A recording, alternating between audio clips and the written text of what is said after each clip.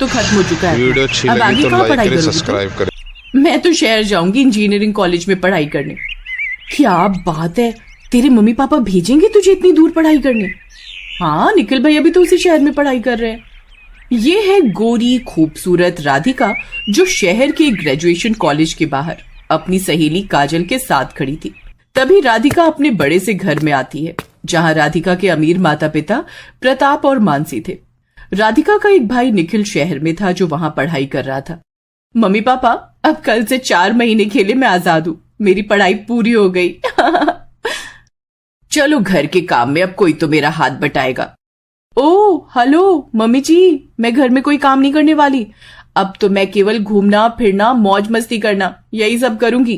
अरे बाबा, मस्ती के साथ साथ घर के काम भी सीख लो राधिका, क्योंकि शादी के बाद वही काम आने वाला है तुम्हें, वरना मेरा दोस्त कहेगा कि हमने अपनी बेटी को कुछ सिखाया भी नहीं।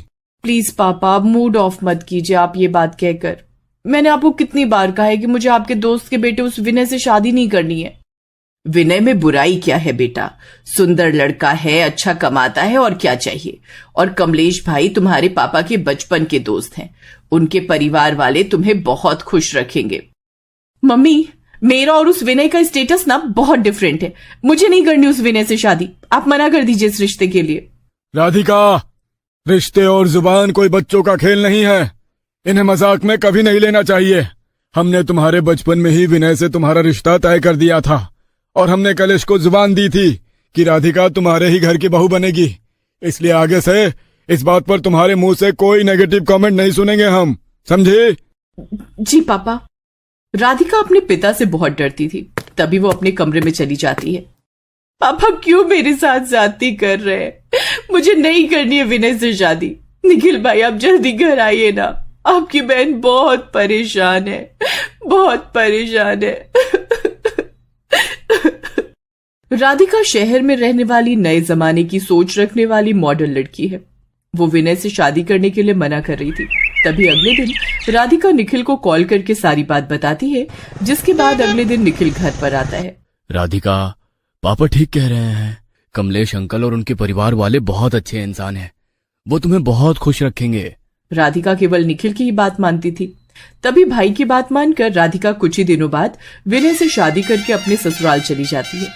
विनय का घर छोटा सा था, उसके परिवार में केवल उसके माता पिता नीलम और कमलेश ही थे।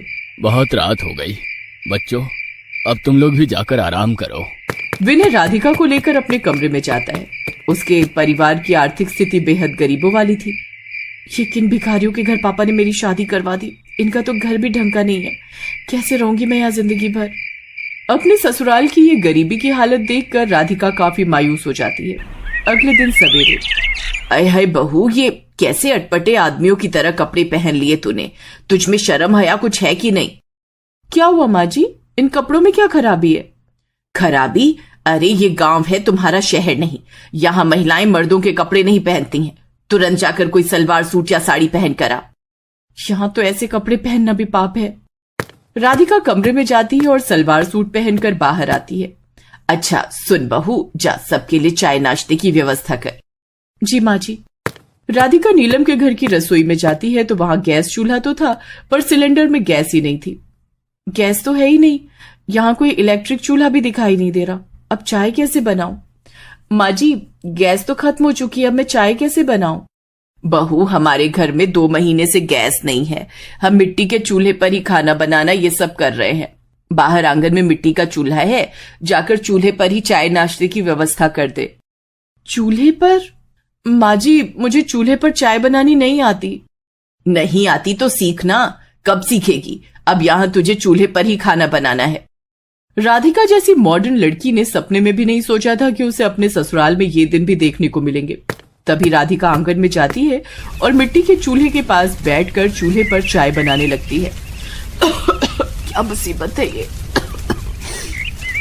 खांसते खांसते राधिका की हालत खराब हो जाती है। तभी जैसे तैसे वो चाय बनाकर घर में लेकर आती है। थोड़े समय बाद चाय पीकर विनय अपने काम पर चला जाता है। विनय गांव के एक कारखाने में छोटी मोटी नौकरी करता था। तभी नीलम राधिका से घर की सफाई कराने लगती है, हाथों से कपड़े धुलवाने लगती है और बर्तन वगैरह भी साफ कराने लगती है। अब दोपहर तक घोड़े की तरह काम कर कर के राधिका की हालत खराब हो जाती है।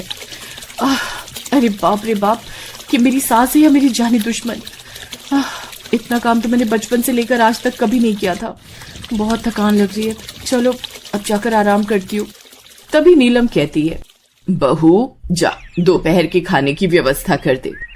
माँ जी, सवेरे से काम कर कर के मैं थक गई हूँ, मुझे थोड़ी देर आराम तो करने दीजिए। आहा, ये लो आजकल की पीढ़ी को जरा सा काम किए नहीं कि जमाने भर की थकान हो जाती है इन्हें। पर माँ जी, परवर कुछ नहीं, मैं तुम शहरी लड़कियों को बहुत अच्छी तरीके से जानती हूँ। सब काम से बचने के बहाने हैं तुम्हारे। चल चुपचाप जाकर खाना बना। अपनी सास का गुस्सा देखकर राधिका खाना बनाने चली जाती है। इसी तरह नीलम रोज रोज राधिका से दिन भर घर के काम करवाने लगी। अब सवेरे के 4 बजे से लेकर रात के 12 बजे तक घर के काम कर कर के राधिका की हालत खराब हो जाती है। इसी तरह दिन प्रतिदिन बीतने लगे। एक दिन शाम में, माँ जी ने तो मुझे इस घर की नौकरानी बनाकर रख दिया है, अब मैं इस घर में एक पल के लिए भी नहीं रहूंगी। तभी राधिका बिना किसी को बताए चुपचाप वहां से अपने मायके चली जाती है और अपने माता पिता को अपनी सास के सारे जुल्म सितम के बारे में बताती है। मम्मी, मुझे नहीं जाना उस घर में, मेरी सास मुझ पर बहुत जुल्म करती है। वो सवेरे से शाम तक मुझसे नौकरानी की तरह घर के काम करवाती है। अरे तो बेटा, इसमें कौन सी बुरी बात है, काम करना तो अच्छी बात है ना।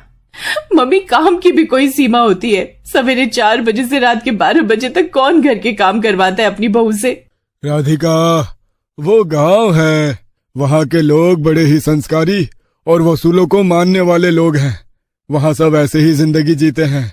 बेटा, ससुराल में थोड़ी बहुत परेशानी तो होती ही है ना। नहीं पापा, मुझे नहीं जाना अपने ससुराल। अब विनय से कहिए कि वो यहाँ शहर में आकर रहे, मुझे ऐसी सास नहीं चाहिए। राधिका अपने कमरे में चली जाती है। कुछ दिन बाद विनय राधिका को लेने आता है। मैं एक ही शर्त पर आपके साथ चलूंगी विनय जी, मुझे आपकी माँ घर में नहीं चाहिए। कैसी बातें कर रही हो तुम राधिका? माँ कहाँ जाएगी? अगर ऐसे है तो हम दोनों गांव में किसी दूसरे घर में रहेंगे। मुझे नहीं रहना तुम्हारे मम्मी पापा के साथ। ठीक है राधिका, मैं तुम्हें छोड़ सकता हूँ, पर अपने माता पिता को नहीं। मेरे माता पिता का मेरे सिवाय कौन है? वो कहाँ जाएंगे इस बुढ़ापे में? हाँ तो जाइए, अपने माता पिता के पास ही रहिए, बस अपने माता पिता की सेवा करते रहिए। राधिका विनय को खूब खरी खोटी सुनाकर जलील करके वहां से भगा देती है। कुछ दिनों बाद निखिल एक माया नाम की लड़की से शादी कर लेता है। निखिल और माया एक दूसरे से प्यार करते थे। कुछ दिन बाद एक दिन सवेरे रोज की तरह आज भी माया 10 बजे नींद से जागती है। माया काफी अमीर परिवार की बेटी थी। भाभी, ये कोई समय है आपका उठने का? आप इस घर की बहू हो और बहू बेटियां सवेरे के 5 बजे से उठकर घर के काम करती हैं। आपकी तरह ससुराल में 10-10 बजे तक सोते नहीं पड़ी रहती। राधिका, तुम्हें कोई अधिकार नहीं है मुझे ये सब बोलने का। तुम अपने ससुराल पर ध्यान दो। और मुझे क्या बोल रही हो तुम तो खुद अपने ससुराल में घर के काम से परेशान होकर यहाँ आकर बैठ गई हो और मुझे काम की सलाह दे रही हो। भाभी, आप मेरे ससुराल को बीच में ना लाइए। क्यों ना लाऊं मैं बीच में? बहू, ये क्या तरीका है अपनी ननद से बात करने का? तमीज से बात करो राधिका से। तमीज आप अपनी बेटी को ही सिखा दीजिए। अगर इसमें तमीज होती तो आज ही अपने मायके में नहीं पड़ी रहती। फिर क्या था, तीनों में बहस शुरू हो जाती है। थोड़े समय बाद, बस बहुत हो गया, अब जब तक ये राधिका इस घर में रहेगी मैं इस घर में नहीं रहूंगी। माया अपने मायके चली जाती है। कुछ दिन यूं ही बीत जाते हैं। माया अपने ससुराल आने का नाम ही नहीं ले रही थी। तभी वो भी निखिल के पास एक शर्त रखती है कि अब या तो वो अलग रहे या राधिका को उस घर से निकाल दे। एक दिन सवेरे, राधिका, तुमने अपना संसार तो खराब ही कर दिया। अब तुम अपने भाई का बसा बसाया घर क्यों उजाड़ना चाहती हो? बहू को 4 महीने हो गए। आस पड़ोस वाले सब न जाने कैसी कैसी बातें कर रहे हैं हमारे बारे में। राधिका, तूने तो हमें कहीं का नहीं रखा। अरे काम कर लेती ससुराल में तो मर नहीं जाती तू। अरे हर बहू को अपने ससुराल में काम करना पड़ता है। तू यहाँ आई और अपने साथ साथ अपने भाई की भी जिंदगी बर्बाद कर रही है। अपने माता पिता के मुंह से ये बातें सुनकर राधिका खूब रोने लगती है। सही कह रहे मम्मी पापा, मेरी वजह से भाई की जिंदगी खराब हो रही है।